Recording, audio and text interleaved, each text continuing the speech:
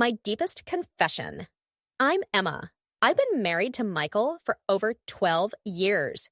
We built our life together, shared dreams, faced hardships, and celebrated our victories.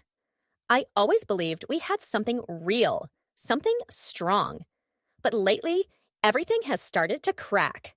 Slowly, painfully, like a delicate glass shattering beneath my fingertips.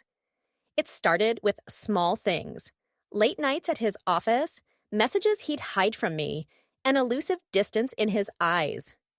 I told myself it was work stress, fatigue, overthinking. Then I noticed how he'd get defensive when I asked about his day, how he'd avoid my touch, his gaze often drifting elsewhere when we sat together on the sofa. It was subtle, yet relentless. One evening, I decided I couldn't bear it anymore. I got a hold of his phone late at night when he was fast asleep. My heart hammering, I swiped through his messages, trying to find answers. And what I saw turned my world upside down. Messages with a woman named Megan. Flirty, intimate, full of longing more than just casual conversations. My stomach clenched. My body froze. I looked at the screen. They'd been talking for months. Their words, their promises, their whispered secrets. They called each other baby, honey. Megan told him she missed him, that she thought about him constantly. And Michael responded with longing, with regret, with promises to see her soon. I felt like I was drowning in icy water, my chest tightening, my vision blurring. How could this happen? How could I have been so blind? I had trusted him, loved him. How could he betray me like this? I wanted to scream, to cry, to run away from this nightmare. But I couldn't move. My heart felt shattered into a million pieces. In that moment, I realized there was a choice I had to make. Confront him, or run. Or maybe fall apart completely. The next morning, I found the strength to face him. When he came out of the shower, I stood there, trembling, tears threatening to spill over. I looked into his eyes and asked, voice trembling, "Michael, who is Megan?" He froze. A deer caught in headlights. His face was pale, eyes wide with guilt. Silence hung heavy between us. Then he broke down, tears streaming down his face. He admitted everything, that he'd been feeling lost, lonely, disconnected, that Megan was someone he'd met at work, someone who made him feel alive again, even if only for a fleeting moment. But what shocked me even more was what he confessed next. "Emma, I didn't mean for it to go this far. I was just so overwhelmed. I didn't know how to handle it. I felt like I was drowning already, and she was the only person who made me forget my pain. But I never stopped loving you. I just lost myself." Those words cut deep. My hands shook. The betrayal, the heartbreak, the feeling of being discarded all hit me like a tidal wave. How could he say he still loved me after everything? Was that even possible, or was it just a desperate excuse? From that day, my life became a whirlwind of emotions. Anger, sadness, confusion, remorse, hope, all crashing inside me like a storm. I couldn't sleep at night. Every time I closed my eyes, I saw his face, heard his voice, felt the pain of his betrayal. And then, a terrible thing happened.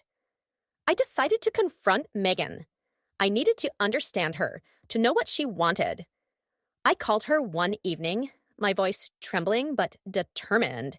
She answered, her voice soft yet tense.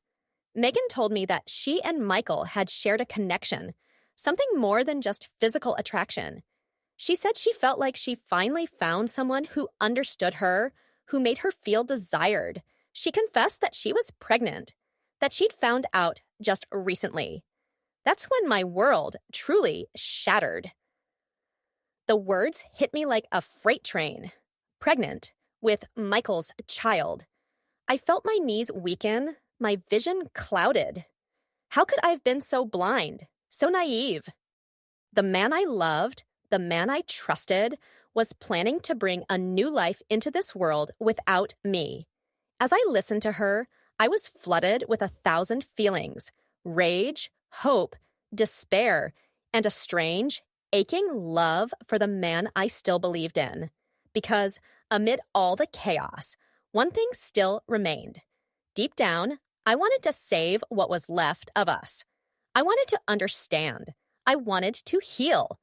That night, I stayed awake for hours, thinking, crying, praying. I thought about our children, our dreams, the life we built. Was it worth saving? Or was it already beyond repair? The following morning, I decided I needed clarity. I sat him down again, my voice steady despite the storm inside. I told him I knew everything about Megan, about the pregnancy, about their plans. I looked him in the eyes and said, "Michael, I love you, but I can't do this anymore. The lies, the betrayal.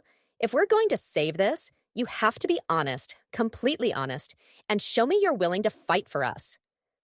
He looked at me, tears streaming down his face, voice trembling. "Emma," he whispered, "I've been terrible. I've hurt you so badly, but I want to fix this. I want to try again." That moment changed everything. I realized that love, true, honest love, could still be salvaged, even after the worst betrayal. But I also knew that the road to forgiveness would be long and painful. Trust, once broken, takes time and effort to rebuild. Now I'm at a crossroads. Do I give up? Do I walk away from the man I once loved with all my heart? Or do I fight for us, for our family, our children, the years we've spent together? And I don't have the answers, but I do know this: I'm no longer the same person I was yesterday. I've tasted betrayal, heartbreak, and loss, but I've also found a deep well of strength I never knew I had. I will decide what my future holds, with my heart battered but still beating, because sometimes, even after darkness, there's a flicker of hope.